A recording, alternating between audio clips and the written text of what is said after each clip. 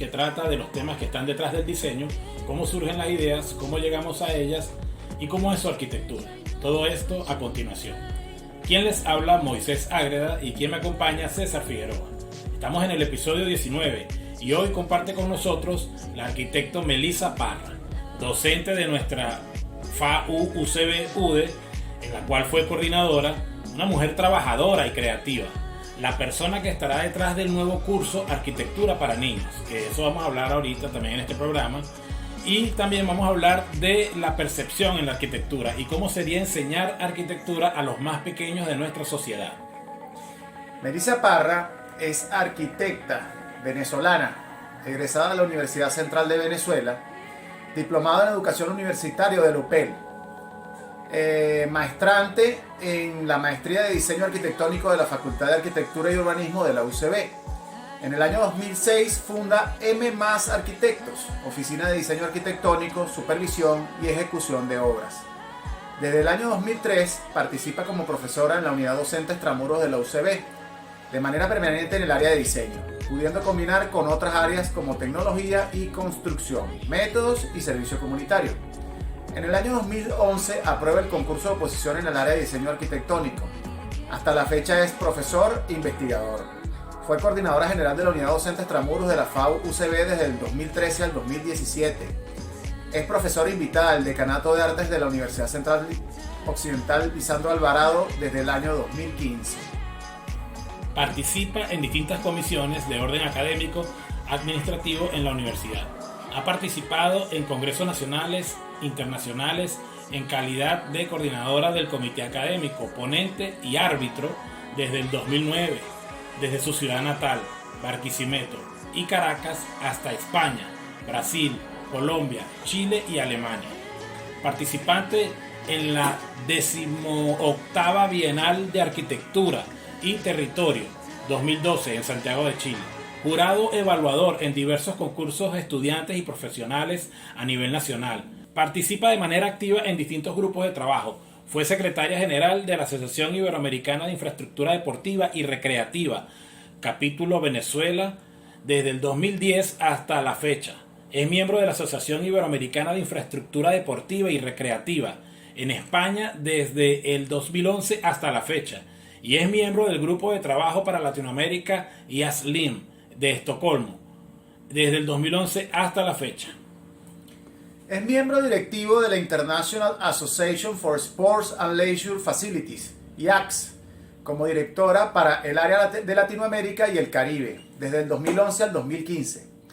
Cree plenamente en la necesidad de desarrollar la arquitectura desde la academia y desde su estudio, vinculándolas de manera constante y comprendiendo que no es solo un espacio divertido y lleno de oportunidades, sino también una manera de hacer ciudadanía. Les recordamos que pueden encontrarnos en Apple Podcasts, Spotify, Google Podcasts, Spreaker y Deezer, y nuestro nuevo canal de YouTube. Además, en nuestra bio la información web de nuestro invitado. Bienvenida, Melissa. Bienvenida, Melissa. Gracias por la invitación. Melissa, vamos a arrancar de una vez en materia. ¿Por qué un tema tan complicado como la percepción? ¿Y por qué el afán de percibir? ¿Por qué? Cuéntanos eso. Bueno, yo creo que no es un tema complicado. Como seres humanos, todos tenemos la capacidad de percibir el mundo que nos rodea. Creo que es un elemento súper valioso cuando lo comprendemos para nuestro desarrollo humano y nuestro desarrollo intelectual, profesional, en cualquier ámbito. Y el afán, yo creo que tiene que ver con generar espacios de comprensión de las capacidades que tenemos como seres humanos, más allá de lo que queremos inducir como arquitectos. Ok. Pero lo que veía yo del tema de la percepción es cómo lo atacas. O sea, ¿desde qué punto estaríamos hablando de la percepción? ¿De cómo se percibe la arquitectura o cómo es el hecho de percibir dentro de un espacio arquitectónico? ¿Cómo lo estás viendo tú, ese tema? Sí, yo creo que en la arquitectura hay maneras de comprender los elementos que la conforman y percibir con las condiciones que están relacionadas con el tema formal, con el tema espacial y con las posibilidades que hay de crear características particulares en los espacios que van más allá de determinar elementos operativos dentro de los encargos que nos puedan hacer o tengamos a bien desarrollar. O sea, que estaríamos hablando de los sentidos, pues. Una arquitectura se percibe a través de los 5 sentidos. Absolutamente. Okay. Y hablar también a nivel macro, cómo percibir la ciudad también en ese caso. Sí, hay distintas escalas de percepción y como lo dicen César, el tema de los sentidos es sumamente valioso. Inclusive lo podemos relacionar con cómo las personas cuando no tienen capacidad de un sentido, puedes generar conexión o interpretación de los elementos del mundo que lo envuelven a través del otro, ¿no? Y en ese sentido yo creo que las discusiones que he estado entablando o conversaciones con otros profesionales tiene que ver con valorar las condiciones que hacemos para los humanos dentro de la arquitectura que proponemos, indistintamente de los lenguajes que podamos tener, nos puedan interesar. Yo creo que nunca podemos dejar de lado el hecho humano. ¿Sí? O sea que estaríamos hablando de un diseño más inclusivo, porque no estaría dominado tanto por la vista o por el hecho de la exclusión de las personas que no gocen del bien de la vista, sino que estaríamos tratando una arquitectura que sería percibida a través de sus 5 sentidos completamente y haría más inclusivo a las personas que tengan ciertas discapacidades. ¿Eso también entraría ahí? Yo creo que sí, hay que reconocerlo. Quizás no es una determinante en todos los desarrollos que tengamos, como en los encargos que tengamos de arquitectura, pero sí hay que pensar, y yo creo que eso está asociado incluso a la selección y determinación de materiales, materialidad, la iluminación, los recorridos y todo lo que se arma como sistema, o lo que yo veo como sistema, que es la arquitectura, ¿no? La conexión de todos los elementos para finalmente generar una experiencia. O sea, ¿cuál es la diferencia entre arquitectura y, por ejemplo, y el arte? Esa cuarta dimensión que, bueno, ha sido tratada, sí, a través de los penetrables, por ejemplo, ¿verdad? Pero que no, en el caso de la arquitectura es lo que determina para mí esa distancia entre arte y arquitectura, ¿no? Ese componente que va más allá a la experiencia, a través de muchas veces los recorridos que tengamos en ella. La verdad que sí, eso influye, esa parte de la percepción en el usuario, en este caso el ciudadano que entra a una edificación. No voy a nombrar ninguna para no herir susceptibilidades, pero digamos... Pero dilo, hiérelo. No, un buen recibidor, por lo menos estamos hablando de un hotel. Tú vas a entrar a un hotel y, oye, lo más agradable que tú puedas percibir en un hotel es que te recibe un espacio sumamente amplio, ¿verdad? Doble, triple altura, y luego, bueno, la escala va bajando a medida que te vas adentrando en el hotel y hasta llegar a la habitación, que es un lugar acogedor. De eso más o menos es que se trata la cuestión de la percepción, ¿no? De cómo idear esos espacios para crear esa sensación en el usuario. Sí, y que eso que tú dices yo lo veo más con la pregunta que me hacías antes de la ciudad. Esa escala de la ciudad que determina recorridos y que muchas veces nos hace desarrollar en las propuestas elementos de aproximación que van generando información, ¿verdad? Al humano, no me gusta utilizar la palabra usuario, pero porque lo vemos como un número. Respeto a quien lo hace, pero bueno, ciudadano, el humano finalmente vas leyendo distintas escalas que te van acercando a ese espacio de transición entre lo público y lo privado, pero que finalmente está lleno de códigos que nosotros vamos descubriendo, escala, color, elementos de diversas índoles que determinen esa conexión público-privado, ¿no? O sea, y eso qué difícil es que el humano o el ciudadano lo capte o lo entienda o lo descifre. O sea, yo creo que si tú manejas ciertos conocimientos, puede ser que sí descifres esa codificación, pero si tú no tienes ni la menor idea, ¿cómo percibes eso? ¿Cómo haces? Entonces ahí es donde está la cuestión, ¿no? Hacerlo más entendible. Sí, porque nosotros tenemos la capacidad como arquitectos de desarrollarlo. Total. Porque tenemos una cantidad de elementos a nuestro favor que manejamos desde el tema compositivo y comprensión de lo que es generar espacios de distintas... bueno, y leer todos los iconos o los distintos elementos. Claro, la persona, tú de alguna manera lo induces a desarrollar ciertas Claro. experiencias. Sin embargo, también es importante entender que los arquitectos no somos dioses para determinar la conducta específica en un lugar. Y yo creo que eso es muy importante entenderlo porque tendemos a querer no inducir, sino forzar a veces las actitudes que podemos tener frente a un hecho arquitectónico. Tú sabes que bueno, las cosas que uno va leyendo, por ahí yo leí de un libro de Rick Porro, el arquitecto cubano, y él habla sobre la poética en la arquitectura. Y yo veo que el resultado de su arquitectura quizás no es muy agraciado, ¿verdad?, a la vista, pero él dice, porque no he tenido yo la oportunidad de visitar ninguna de sus obras, pero él las describe de una manera tan poética como él lo dice, las sensaciones, que es lo importante en la arquitectura, crear esas sensaciones, más allá del hecho estético, más allá del hecho constructivo, ¿ves?, es crear esa sensación de, oye, me siento bien en este lugar. Pero es que yo creo que no hay esa división, Moisés. Yo creo que es parte del hecho estético. Nosotros entendemos el hecho estético netamente desde el punto de vista formal o espacial, pero perceptivo es parte del hecho estético, porque esas sensaciones es lo que en otros textos hablan como la experiencia del el clímax o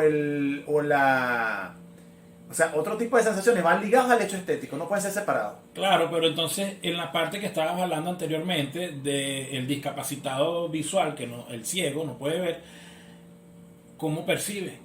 ¿Entiendes? Entonces ahí está el auditivo. Claro. Si de repente hay un arroyo que atraviesa ese espacio, el olor, los olores. O es un espacio abierto y se oyen los pájaros, el cantar de los pájaros, entonces lo percibe esa persona que no puede percibir el hecho estético. Claro. O sea, sí, no, hay otras estéticas, pero de los otros sentidos, creo yo. Yo creo que hay una estética de los otros sentidos. Yo creo que ambos han conversado acerca del tema de la experiencia, que yo creo que para mí es como lo que recoge eso en distintas palabras.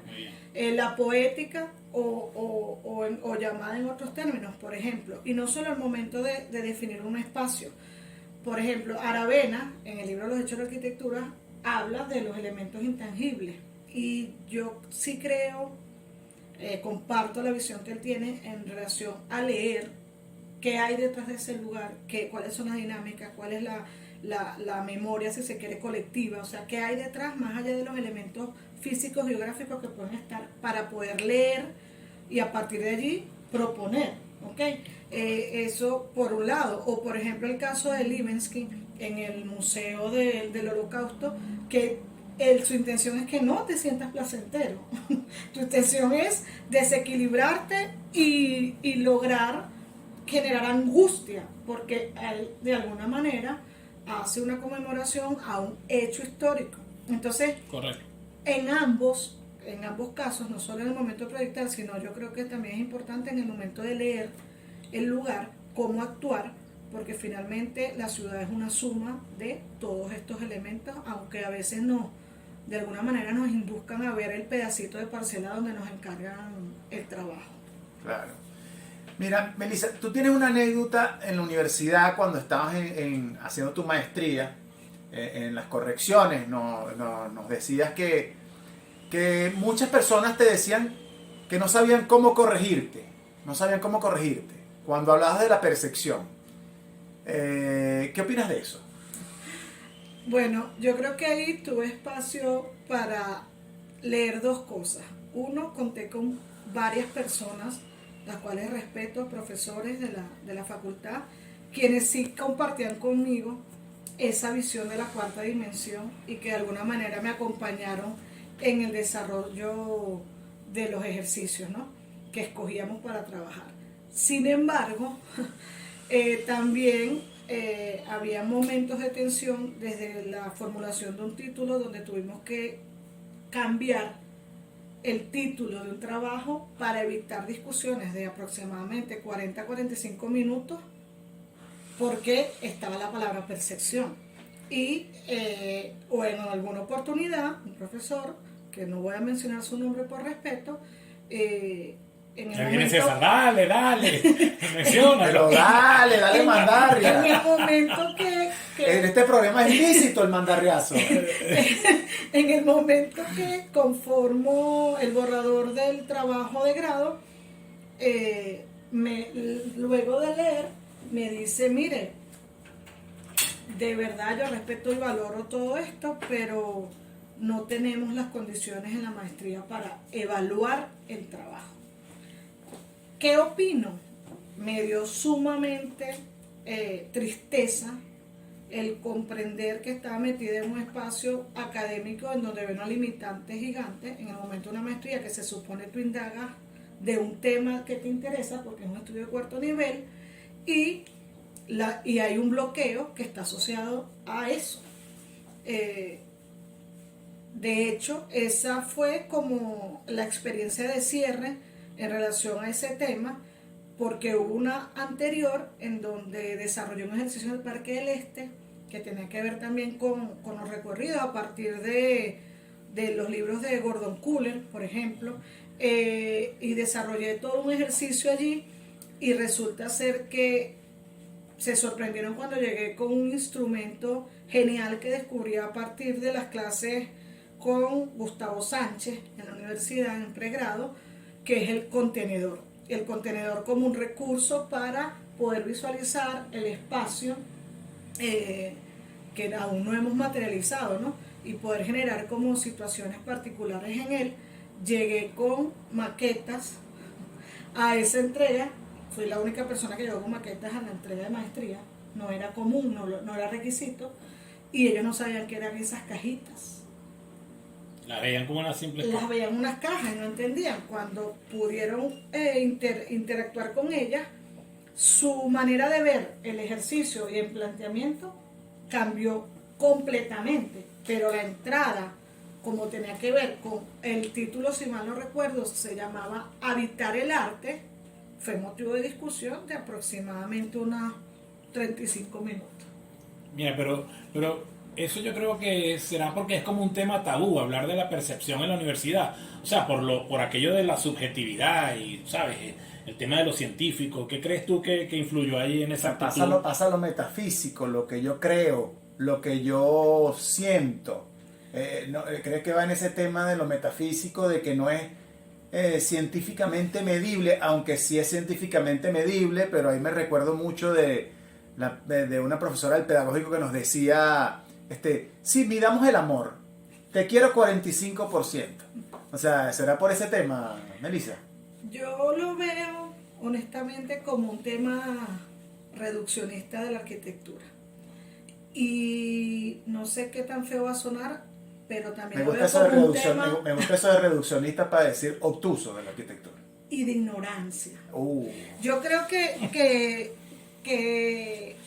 lo digo con respeto, porque es que yo creo que esa la apreciación forma parte, independientemente la palabra o el término que lo tengamos. Y representante no soy yo, no soy una persona que está como alzando una bandera en esto, ni nada, no soy una líder en esto, pero si vemos alrededor, hay arquitectos que admiramos y que están relacionados con eso. Por ejemplo, Juan y Palasma es uno, Peter Zumthor es otro que para mí es uno de los grandes, Sisa cuando describe sus proyectos, Aldo Rossi cuando habla de la ciudad, o sea, todos tocan aspectos que están relacionados con ella. Entonces, así como otros autores, yo creo que es un tema reduccionista eso, ¿no? Sí, no la puedes medir, pero es que la arquitectura en realidad yo creo que no la puedes medir, más allá del hecho funcional y básico que es parte del todo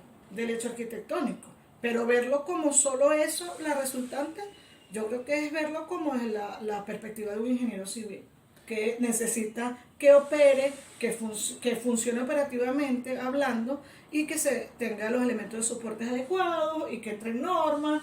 Pero yo creo que la arquitectura va más allá de eso y eso no lo puedes medir.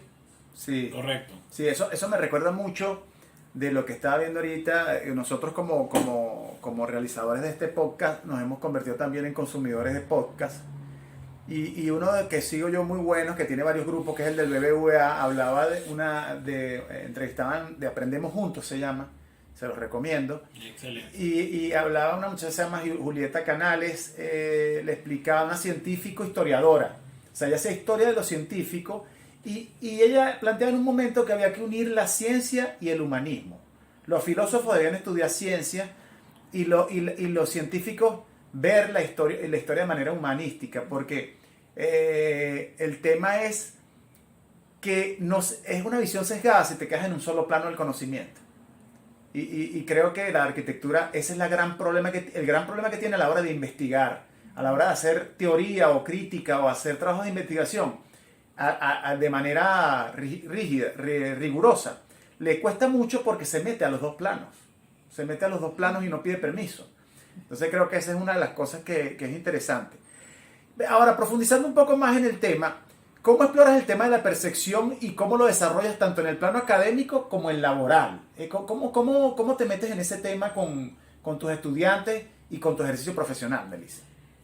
Bueno, en la parte académica tiende a ser más divertido, más exploratorio.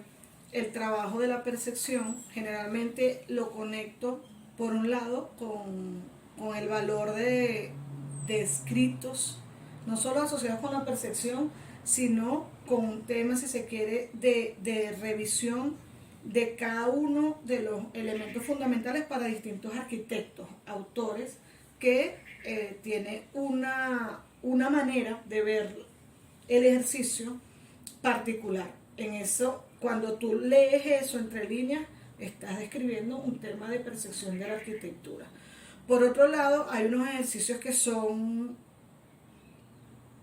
de escala menor, en donde generalmente abordamos cada uno de los proyectos que vamos a desarrollar en el semestre, desde la escala de mobiliarios, desde la escala de reconocimientos de materiales, desde la conformación de espacios con iluminaciones particulares que no necesariamente están conectados con el ejercicio que viene, en el sentido de el uso. O sea, en esos ejercicios el programa no existe, sino que hay un tema explorativo más de estos elementos que tienen que ver con cualidades espaciales, que tienen que ver con la materialidad o la materia, dependiendo de la escala que se define en ese ejercicio, pero que en ningún momento tiene conexión con el programa final, ¿no? Eso va por ahí. En el caso de la arquitectura, ya a nivel laboral, hay un espacio de revisión que tiene que ver muchas veces con la iluminación, con la luz, entendiéndola como un valor fundamental en la definición de la experiencia y los recorridos. Yo creo que va por ahí. Tendemos a reconocer la explotación o reconocer las cualidades de la luz del trópico que nos acompaña, ¿no? Muy bien, ajá.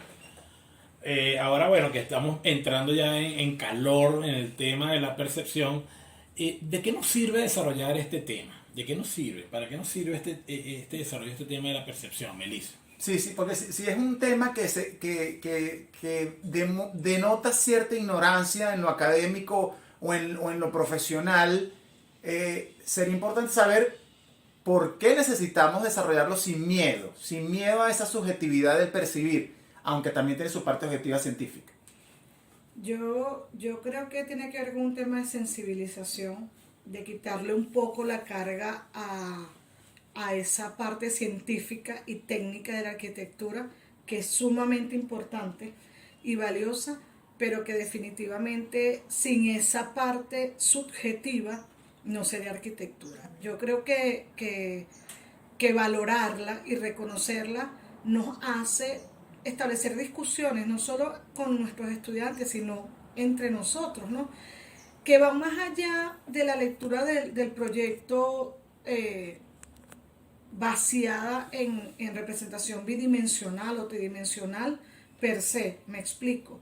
La información que puede tener un corte es tal que reducirla a un tema de escala humana, a un tema de si los espacios están adecuados a el encargo. Yo creo que es limitar sobre todo la parte creativa a nivel de los estudiantes. Yo creo que cada uno de los elementos que plasmamos, desde un boceto, un plano técnico, un render, un fotorrealismo, una maqueta, que no terminen siendo un recurso de entrega, sino que terminen siendo un recurso explorativo, para mí ahí es donde está el tema perceptivo, el tema de indagar qué puedo generar en ese espacio, porque he escuchado en varias oportunidades que se refieren a eso como el veneno, y no solo desde los estudiantes, que es lo que más me llama la atención, sino también desde el punto de vista de los docentes. Para ellos, colocarle color a un plano que tiene una intención de codificar su propuesta es veneno. Para ellos, definir o colocar la escala humana que permite entender o comprender cuáles son las relaciones o varias de las relaciones espaciales que tiene el ser humano con ellos, es veneno, es un requisito del docente, por ejemplo. Y yo creo que va más allá, o sea, yo creo que sí, en todas las cosas que hacemos está ella, porque es que el ser humano es así, percibe el mundo que lo rodea y en función de eso actuamos. Tenemos una carga que la tenemos nosotros desde que nacemos, pero ya se combina con la experiencia que desarrollamos en nuestra vida y con el mundo exterior. Entonces, existe, o sea, yo creo que lo importante es reconocer las posibilidades que nos da de la comprensión de lo que estamos proponiendo y explotar, ¿no? Eso que nos gusta. Claro, y que con el hecho tecnológico ahora eso se ha maxificado también, o sea, la capacidad exploratoria de todo ese tipo de situaciones y la apertura a nuevos temas, creo que eso de verdad va a ser un tema maravilloso a desarrollar. Aclaremos el término veneno en la parte académica arquitectónica. El término veneno en la parte académica arquitectónica se trata de cuando el alumno se vale de ciertos artificios para quizás tratar de engañar al profesor. ¿Ok? Ese es el veneno, eso es lo que nosotros llamamos veneno. No vayan a creer que aquí estamos matando a la gente, no estamos envenenando a nadie. Es el uso excesivo de recursos como por ejemplo bloques, que incluso tienen que ver con cuando les piden una escala humana y te ponen 50 para distraer, un poco lo que dice Moisés. Pero yo creo que utilizar cada recurso dentro de nuestros dibujos, el dibujo técnico, el dibujo ya de bocetos, todo, estás mandando un mensaje. Claro, y tiene una lectura, tiene una intención, tiene una lectura y es parte del lenguaje de la representación, ¿no? Es totalmente válido. Que es eso personal. ya es un tema, es lo que llamamos el discurso gráfico. Correcto. Es parte y tiene de unas intenciones. Tiene porque intención, debe tenerla. Debe tenerla. Ahora pasamos a otro tema, Melissa. Nos gustaría hablar de ese interesante proyecto que estás desarrollando y que queremos que tenga mucho éxito y que la gente lo vea como una oportunidad, porque eso es lo que vemos en él, es una oportunidad de desarrollar cosas buenas. ¿Qué es el proyecto? ¿Qué es arquitectura para niños?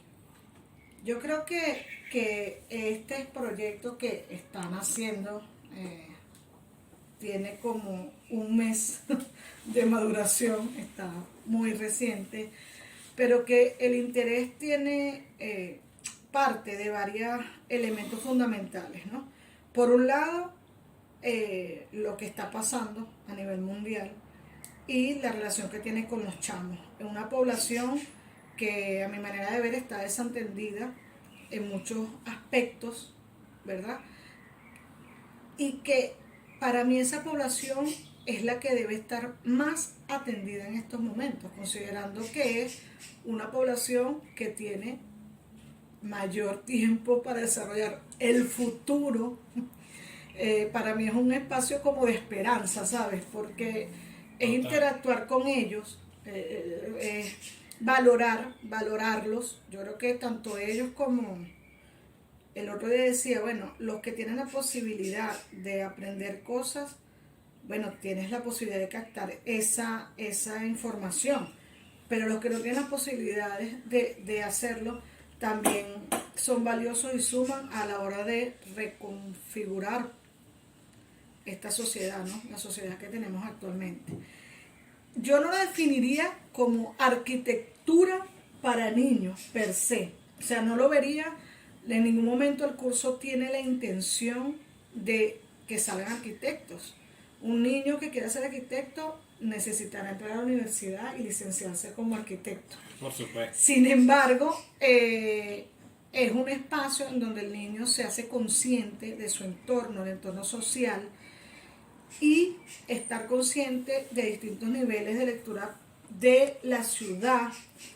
Yo creo que eso los hace reconocer aspectos fundamentales de su entorno, que muchos no tenemos la oportunidad en los colegios de que nos induzcan a eso.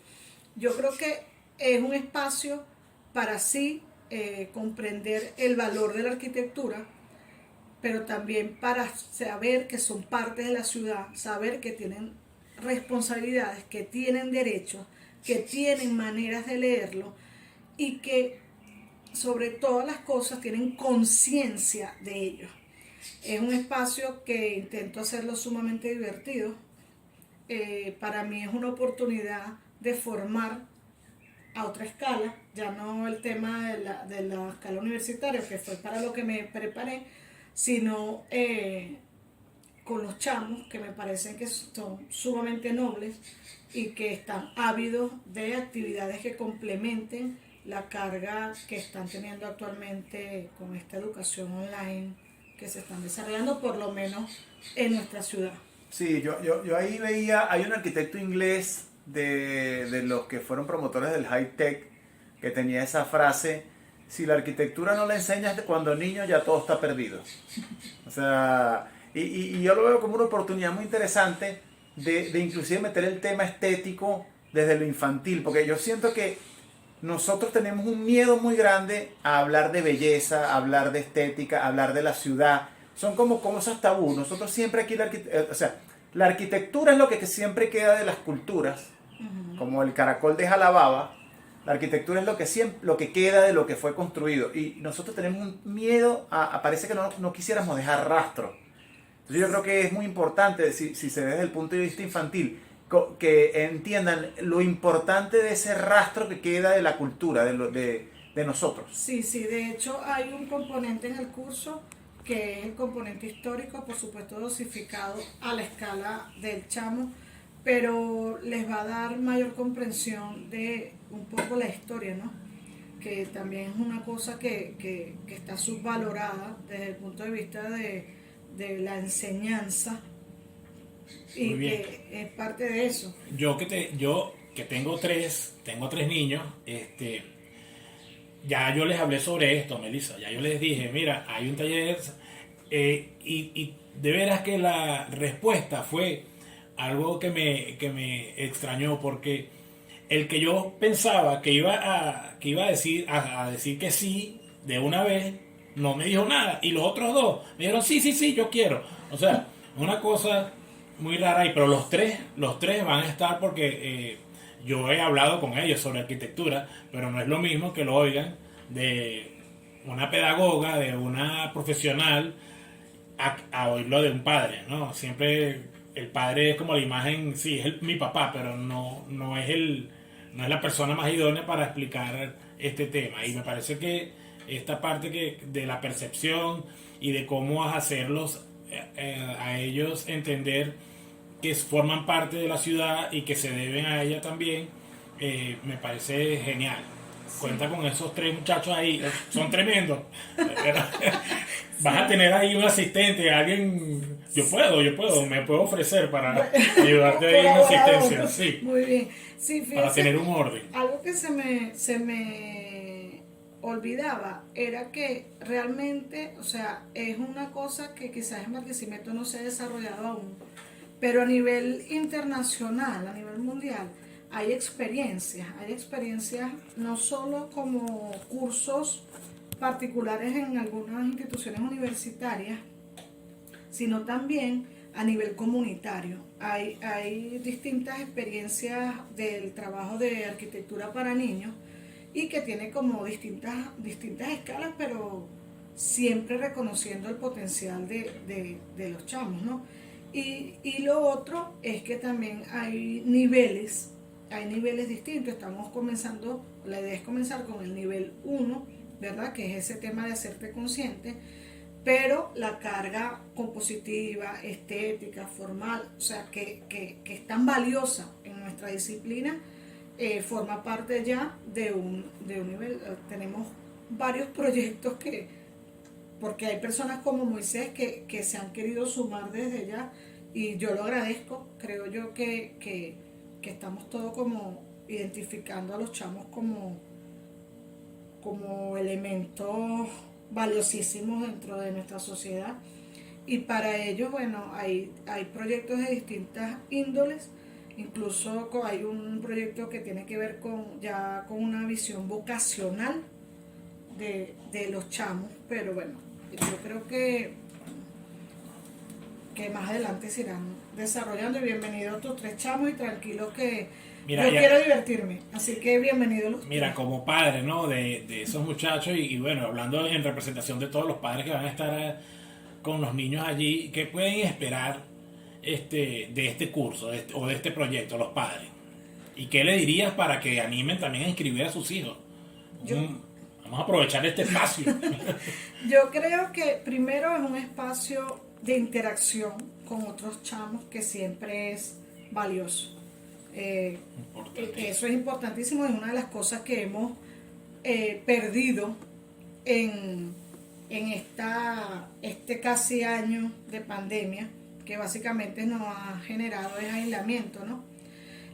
Por otro lado, creo yo que se pueden sorprender con algunas cosas que van a aprender desde el punto de vista de referencias de arquitectura, de no solo de construcción de maquetas y planos y levantamientos, que vamos a tener todas esas experiencias, sino también yo creo que con la carga de cultura general que pueden tener asociada a la arquitectura. Siempre asociada a la arquitectura porque, bueno, es el recurso que manejo, ¿no? Desde el cual me he desarrollado desde que decidí estudiar esto. Genial. Qué bueno, Melissa. Bueno, un disfrute haber hoy compartido con Melissa, nuestra amiga, nuestra colega. Un disfrute porque de paso tuvimos la oportunidad de volver a tener un programa en vivo, o al menos grabarlo en vivo, no por Zoom, no por la frialdad del Zoom. Sí, no, y el entrecortado del audio del Zoom sí, todos los temas de plataforma, Wi-Fi, aquí no importa si no hay Wi-Fi. Creo que ha sido muy agradable, aunque siempre es agradable poder tener conversaciones en vivo con nuestros amigos y contigo, Melissa. Bueno, hoy hablamos con Melissa de percepción, no le tengan miedo, y de la arquitectura para niños. Recuerden que pueden encontrarnos en Apple Podcasts, Spotify, Google Podcasts, Spreaker y nuestro canal de YouTube. La arquitectura de las ideas. Y todo lo que está detrás. Chao, Melissa. Chao, gracias por la invitación y éxitos.